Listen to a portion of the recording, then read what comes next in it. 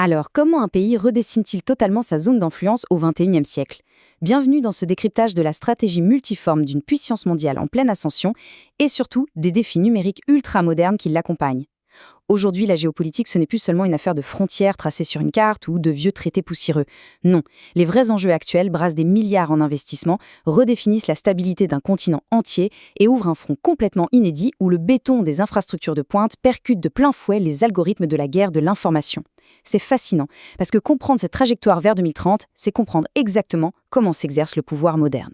Au menu de notre analyse, on va d'abord explorer cette nouvelle influence mondiale, puis on plongera dans le défi complexe du récit numérique. On détaillera ensuite les 3 piliers de cette diplomatie, la stratégie massive pour nourrir et connecter l'Afrique, pour enfin terminer sur la dernière ligne droite, la route vers 2030. Allez, c'est parti. Première étape, une nouvelle influence mondiale. Pour bien saisir l'ampleur de ce qui se joue, il faut regarder la hiérarchie actuelle. Les projections de l'index mondial du soft power pour 2026 mettent en lumière 3 nations africaines dominantes. L'Égypte s'affiche à la 40e place, l'Afrique du Sud à la 43e et le Maroc verrouille une position stratégique dans le top 50 mondial, très exactement à la 50e place avec 40,6 points. Et croyez-le, se maintenir dans ce top 50, ce n'est absolument pas un hasard. Sur un continent en pleine explosion économique, faire partie de ce trio de tête prouve qu'un État peut s'imposer mondialement, non pas avec des chars, mais grâce à une stratégie d'influence savamment orchestrée. Et c'est justement ça, la magie du soft power, ou la puissance douce. C'est un concept qui change complètement la donne. Au lieu de forcer la main avec des sanctions ou des menaces militaires, l'influence moderne, c'est l'art de l'attraction. C'est utiliser la culture, la diplomatie, la stabilité institutionnelle pour persuader les autres. En gros, c'est donner envie aux autres nations de collaborer. C'est une force qui semble invisible sur le papier, mais dont les retombées économiques, elles, sont bien réelles. Ce qui nous amène à notre deuxième partie, le défi du récit numérique. Il faut imaginer les méga-événements sportifs comme des icebergs géants. Prenez la Coupe d'Afrique des Nations 2025. La partie visible? Un succès total, une vitrine parfaite, des stades incroyables, une logistique fluide, une sécurité sans faille. Mais sous la surface de l'eau, dans l'ombre des réseaux sociaux, ça a été un véritable crash test. Les organisateurs se sont heurtés à des récits totalement hors de contrôle et à des tensions régionales artificiellement gonflées par les algorithmes. Bâtir de belles infrastructures, ça ne suffit plus aujourd'hui. La vraie vulnérabilité, c'est de perdre le contrôle de sa propre histoire face à la mondialisation de l'information. Et cette guerre cognitive, elle est très bien structurée, souvent en 3 actes distincts lors de ces événements. Tout commence avec les architectes, à la base, qui fabriquent et injectent de la désinformation ou des récits hostiles. Ensuite, on a les influenceurs intermédiaires. Eux ne cherchent pas forcément à faire de la politique, ils cherchent juste le buzz et les clics, et agissent comme des amplificateurs géants. Et la 3e étape, c'est la foule émotionnelle. Le public reçoit cette information toxique, réagit à chaud et transforme de minuscules incidents en véritables poudrières en ligne.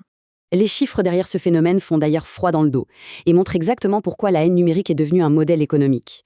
En moyenne, une vidéo au contenu classique cumule à 75 000 vues. Mais dès qu'on passe sur des vidéos de réaction toxiques, celles qui surfent sur les polémiques de la compétition sportive, on explose les compteurs avec près de 390 000 vues. L'indignation algorithmique, ça rapporte énormément. Et ça, c'est un défi absolument colossal pour préserver l'image d'un pays à l'international. Passons maintenant au 3e point, les 3 piliers de la diplomatie. Loin du bruit des réseaux sociaux, la véritable influence demande des fondations en béton. C'est ce qu'on appelle la doctrine des 3D. Une diplomatie qui se joue sur 3 fronts, sécuritaire, religieuse et économique. Le but n'est pas de réagir quand une crise éclate, mais bien d'être proactif pour bâtir une stabilité durable dans l'hémisphère sud. Ce chiffre de 2000 est fascinant car il illustre parfaitement le pilier religieux. Il représente 2000 imams venus de divers pays africains pour être formés à Rabat. L'idée est d'exporter un islam de rite malékite réputé pour sa modération. Dans des zones de haute tension géopolitique comme le Sahel, c'est un véritable rempart intellectuel contre l'extrémisme.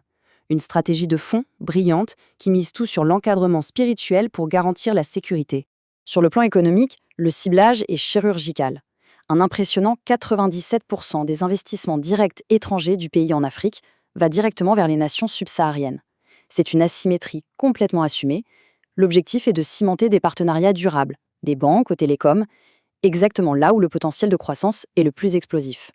4e partie, nourrir et connecter l'Afrique. Parce qu'au bout d'un moment, la diplomatie, ça doit se traduire par des actes sur le terrain. Et là, on parle de projets titanesques. Prenez le port de Dakhla, un investissement de 1,6 milliard de dollars. Ce n'est pas juste un port, c'est le cœur d'une initiative atlantique pensée pour offrir aux pays enclavés du Sahel une porte de sortie directe vers l'océan.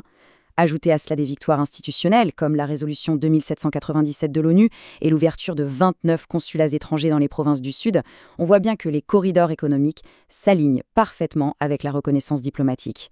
Et cette influence géopolitique s'enfonce littéralement dans la terre.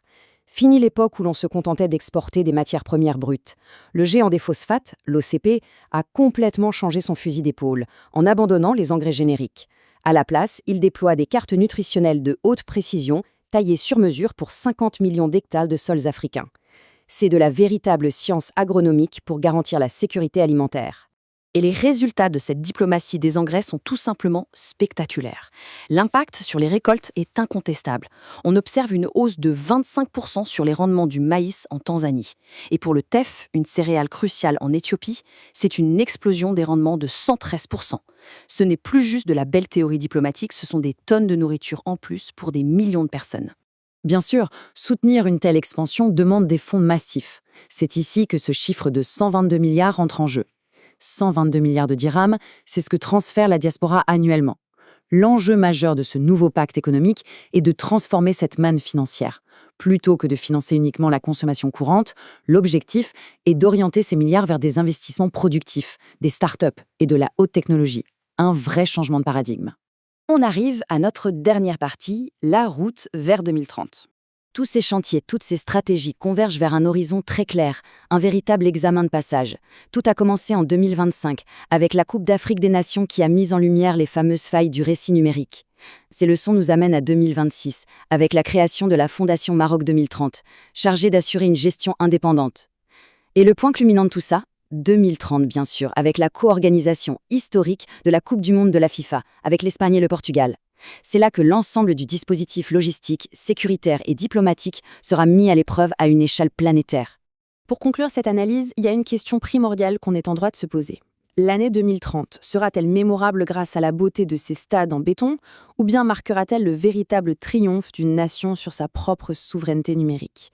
Au bout du compte, dans ce monde hyperconnecté, la puissance et la résilience d'un État se mesurent à sa capacité de l'emporter sur ces deux fronts à la fois, le terrain physique et le champ de bataille de l'information.